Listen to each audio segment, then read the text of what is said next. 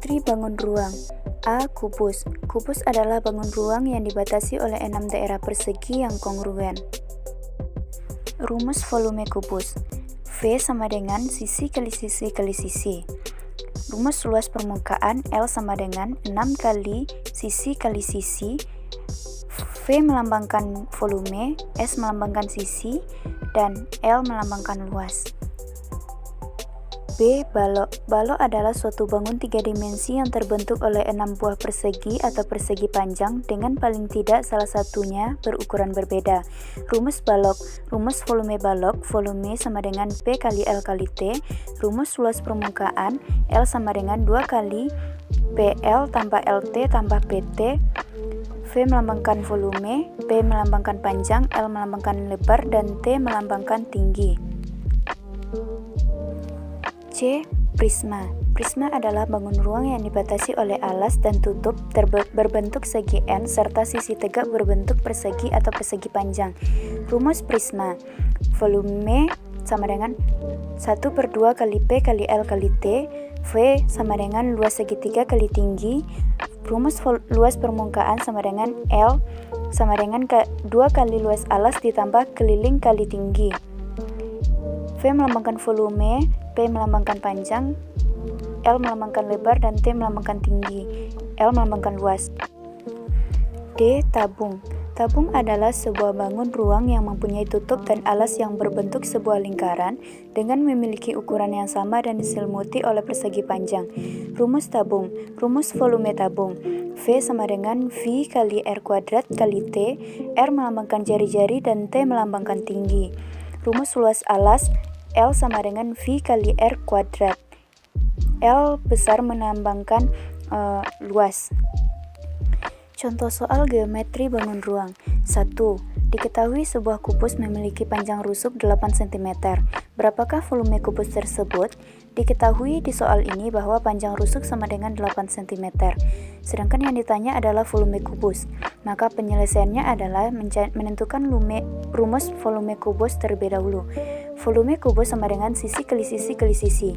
Volume sama dengan 8 kali 8 kali 8 sama dengan 512.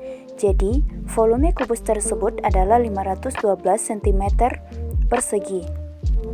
2. Sebuah balok memiliki ukuran panjang 300 cm, lebar 3 cm, dan tinggi 20 cm. Maka berapakah luas permukaan dari balok tersebut? Diketahui panjang sama dengan 300 cm, lebar sama dengan 3 cm, tinggi sama dengan 20 cm. Sedangkan yang ditanya adalah luas permukaan. Maka jawabnya adalah menentukan rumus luas terlebih dahulu. Luas sama dengan 2 kali P kali L tambah P kali T tambah L kali T. L sama dengan 2 kali 300 kali 3 tambah 300 kali 20 tambah 3 kali 20. L sama dengan 2 kali 300 kali 3 sama dengan 900 tambah 300 kali 20 sama dengan 6000 tambah 3 kali 20 sama dengan 60. L sama dengan 2 kali 900 tambah 6000 tambah 60 adalah 6960. L sama dengan 2 kali 6960 adalah 13920. Jadi, luas permukaan balok tersebut adalah 13920 cm persegi. Geometri bangun ruang limas kerucut bola. A. Limas. Limas adalah bangun ruang 3 dimensi yang dibatasi oleh alas berbentuk segi N dan sisi-sisi tegak berbentuk segitiga. Rumus limas. Rumus luas permukaan limas. Luas permukaan limas sama dengan luas alas tambah jumlah luas sisi tegak. Rumus volume limas. Volume limas sama dengan 1/3 luas alas kali tinggi. B. Kerucut. Kerucut merupakan bangun ruang berbentuk limas yang alasnya berupa lingkaran. Kerucut mempunyai 1 titik sudut. Jaring-jaring kerucut terdiri dari lingkaran dan segitiga. Rumus kerucut. Rumus luas permukaan kerucut. Luas permukaan kerucut sama dengan luas alas tambah luas selimut, atau luas permukaan kerucut sama dengan VR kuadrat ditambah VD kali T. Rumus volume kerucut. Volume kerucut sama dengan 1/3 volume tabung. Volume kerucut sama dengan 1/3 kali V kali R kuadrat kali T. C. Bola. Bola merupakan bangun ruang berbentuk setengah lingkaran diputar mengelilingi garis tengahnya. Bola mempunyai satu sisi dan satu titik pusat. Bola tidak mempunyai titik sudut. Rumus bola. Rumus volume bola. Volume setengah bola sama dengan 2 kali volume kerucut sama dengan 2 kali 1/3 kali V kali R kuadrat kali T sama dengan 2/3. Volume bola sama dengan 2 kali volume setengah bola. Rumus luas permukaan bola adalah L sama dengan 4 kali V kali R kuadrat. Contoh soal geometri bangun ruang limas kerucut bola. Contoh soal 1. Diketahui sebuah limas memiliki alas berbentuk persegi dengan ukuran 12 cm. Apabila tinggi limas tersebut adalah 21 cm, maka berapakah volume limas tersebut? Diketahui alas sama dengan 12 cm, tinggi sama dengan 21 cm, sedangkan yang ditanya adalah volume sama dengan titik-titik. Maka penyelesaiannya adalah volume. Dicari rumus volume terlebih dahulu. Rumus volume yaitu 1/3 dikali sisi kali sisi kali tinggi. Volume sama dengan 1/3 dikali 12 kali 12 kali 21 cm.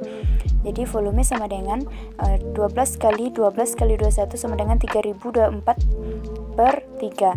Volume sama dengan 1008 cm persegi. 2. Sebuah kerucut mempunyai jari-jari 10 cm dan tingginya 30 cm. Tentukan volume kerucut tersebut. Diketahui jari-jari atau R sama dengan 10 cm, tinggi sama dengan 30 cm. Sedangkan yang ditanya adalah volume kerucut. Maka penyelesaiannya adalah rumus volume kerucut sama dengan 1/3 V kali R kuadrat kali tinggi sama dengan 1/3 kali 3,14 kali 10 dikali 10 dikali 30 sama dengan 3140 cm kubik. Jadi volume kerucut tersebut adalah 3140 cm kubik. Materi kesejajaran dan kesebangunan. Dua buah bangun dikatakan sebangun apabila kedua bangun itu saling berhimpit. Contoh sebagai berikut pada gambar di bawah ini. Kesebangunan dua buah bangun datar ditentukan oleh sifat-sifat yang dimiliki kedua bangun itu sendiri, yaitu 1. Bagian-bagian yang bersesuaian mempunyai panjang yang sebanding atau senilai. 2. Sudut-sudut yang bersesuaian sama besar. Penerapan kesebangunan dalam kehidupan sehari-hari adalah untuk skala atau ukuran, tinggi dan jarak atau lebar secara tidak langsung. Secara intuitif, dua bangun datar sebangun bila dua bangun itu memiliki bentuk yang sama tetapi ukurannya mungkin berbeda. Kesebangunan segitiga. Dua segitiga dikatakan sebangun jika memenuhi minimal salah satu syarat berikut. A. Sudut-sudut yang bersesuaian sama besar. B. Panjang sisi-sisi yang bersesuaian sama besar. Contoh soal kesejajaran dan kesebangunan. 1. Besar sudut-sudut segitiga KLM adalah 50 derajat dan 90 derajat. Sedangkan besar sudut-sudut segitiga NOP sama dengan 50 derajat dan 100 derajat. Apakah segitiga KLM sebangun dengan segitiga NOP? Diketahui sudut-sudut segitiga KLM sama dengan 50 derajat dan 90 derajat. Sudut-sudut segitiga NOP sama dengan 50 derajat dan 100 derajat. Ditanya, apakah segitiga KLM sebangun dengan segitiga NOP? Penyelesaiannya adalah besar dua sudut yang pertama dari segitiga KLM adalah 50 derajat dan 90 derajat. Maka besar sudut yang ketiga dari segitiga KLM adalah 180 derajat dikurang 50 derajat ditambah 90 derajat sama dengan 180 derajat dikurang 140 derajat sama dengan 40 derajat. Besar dua sudut yang pertama dari segitiga NOP adalah 50 derajat dan 100 derajat. Maka besar sudut yang ketiga dari segitiga NOP adalah 180 derajat dikurang 50 derajat ditambah 100 derajat sama dengan 180 derajat dikurang 150 derajat sama dengan 30 derajat. Jadi sudut-sudut yang bersesuaian dari kedua segitiga itu sebanding, sehingga segitiga KLM sebangun dengan segitiga NOP. Contoh soal 2. Sebuah pohon yang tingginya 12 meter memiliki bayangan 10 meter saat pukul 9 pagi. Sedangkan pada waktu yang sama, pohon lain memiliki panjang bayangan. Diketahui, tinggi sama dengan 12 meter, bayangan pada pukul 9 pagi sama dengan 10 meter. Sedangkan yang ditanya adalah panjang bayangan pohon yang lain. Maka penyelesaiannya adalah jika kita misalkan panjang bayangan tiang 16 meter sama dengan X, jika didasarkan pada kesebangunan maka tinggi pohon A per tinggi pohon B sama dengan tinggi bayangan pohon A per tinggi bayangan pohon B. 12 per 14 sama dengan 18 per X, 12X sama dengan 8 kali 14, 14 pindah ruas, 12X sama dengan 112, X sama dengan 112 dibagi 12, 12 pindah ruas ke sebelah kanan, X sama dengan 9,3 meter, maka panjang bayangan pohon kedua adalah 9,3. Materi satuan pengukuran. A. Pengukuran panjang.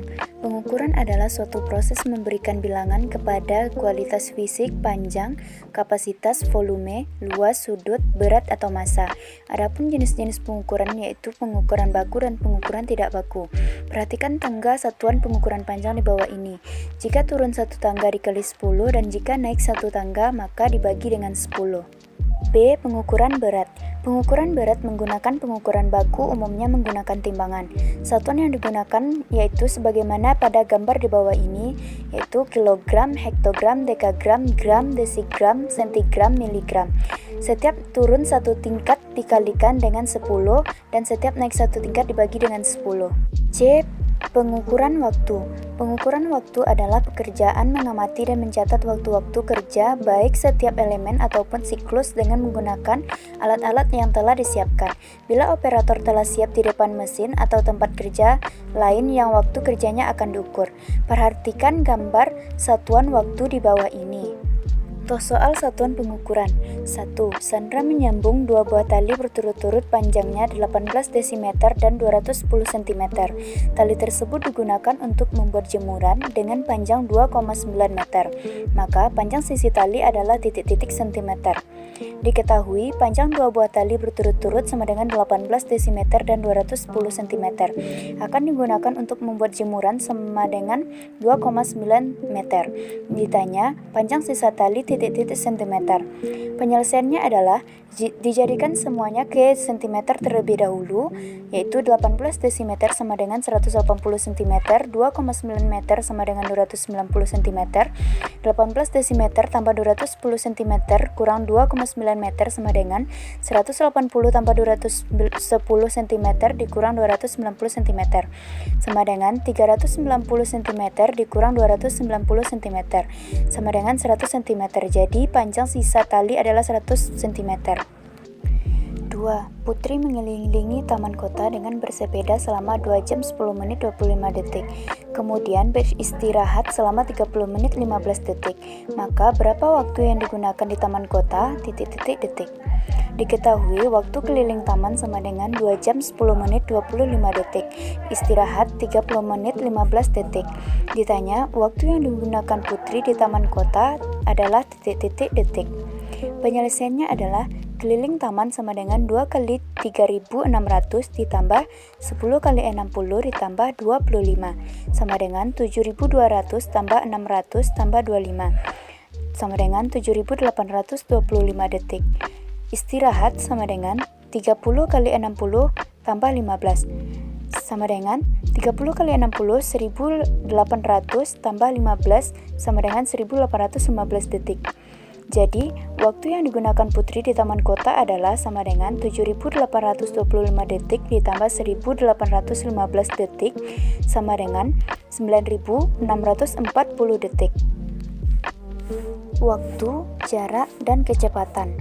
A. Waktu. Waktu adalah interval antara dua buah keadaan atau kejadian atau bisa merupakan lama berlangsungnya suatu kejadian. Satuan dari waktu adalah sekon atau detik. B. Jarak. Jarak adalah angka yang menunjukkan seberapa jauh suatu benda berubah posisi melalui lintasan tertentu. C. Kecepatan. Kecepatan adalah besaran yang menunjukkan seberapa cepat benda berpindah. Satuan yang sering digunakan adalah kilometer per jam dan meter per sekon atau meter per s. Secara matematis, hubungan kecepatan, jarak, dan waktu dinyatakan oleh keterangan V sama dengan kecepatan atau M per S, S sama dengan jarak atau M, T sama dengan waktu atau S. Contoh soal waktu, jarak, dan kecepatan. 1. Motor Budi menempuh jarak 400 meter dalam waktu 40 detik. Berapa kecepatan motor Budi? Diketahui, jarak yang ditempuh atau S sama dengan 400 meter, waktu tempuh atau T sama dengan 40 S. Ditanya, berapa kecepatan motor Budi? Penyelesaiannya adalah kecepatan sama dengan jarak bagi waktu, atau V sama dengan S per T. V sama dengan 400 meter per 40 S. V sama dengan 10 meter per S. Jadi kecepatan motor Budi adalah 10 meter per S atau disederhanakan 5 meter per S. 2.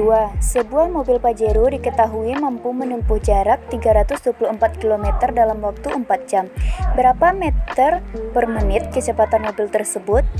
Diketahui jarak sama dengan 324 km sama dengan 324.000 meter. Waktu sama dengan 4 jam, 4 kali 60 sama dengan 240 menit. Sedangkan yang ditanya adalah berapa meter per menit kecepatan mobil?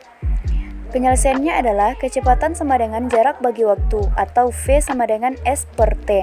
V sama dengan 324.000 M dibagi 240 menit sama dengan 1350 meter per menit.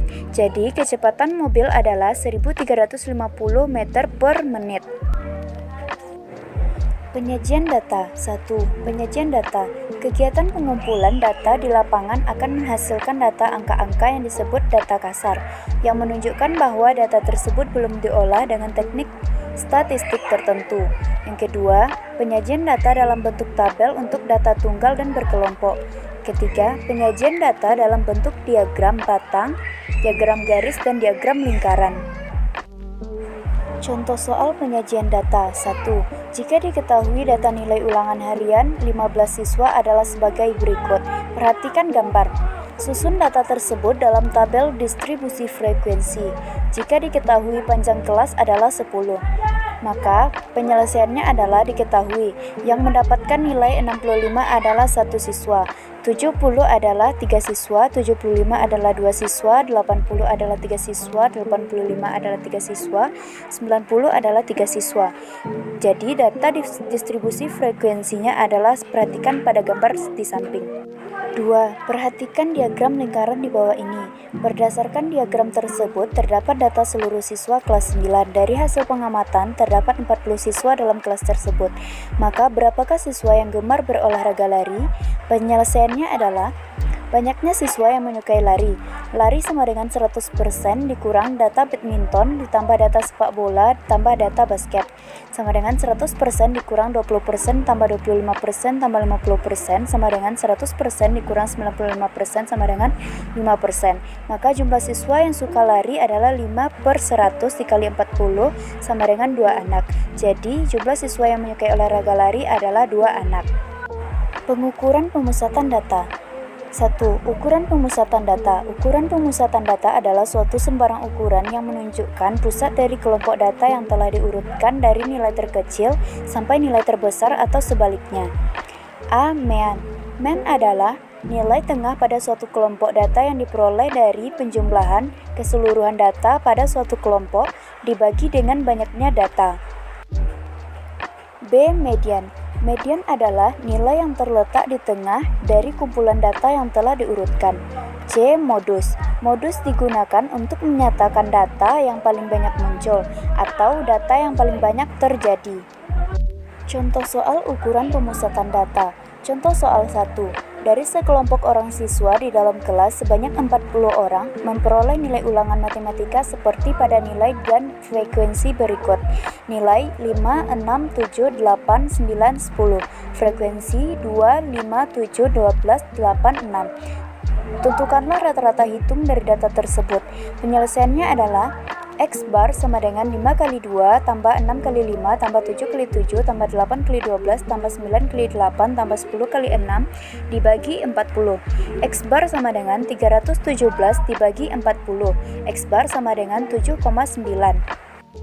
Contoh soal kedua, tentukan median dari data berikut ini: 70, 35, 60, 65, 40, 20, 45, 35, 50, 30, 60, 45, 80, 70. Maka penyelesaiannya adalah dari data N sama dengan 14, maka median terletak di antara data ke-7 dan data ke-8. Urutkan data di atas dari yang terkecil sehingga didapat data berikut ini. Sehingga mediannya adalah median sama dengan data ke-7 tambah data ke-8 per 2. Median sama dengan 45 tambah 50 dibagi 2 sama dengan 95 dibagi 2 sama dengan 47,5. Jadi median dari data di atas adalah 47,5.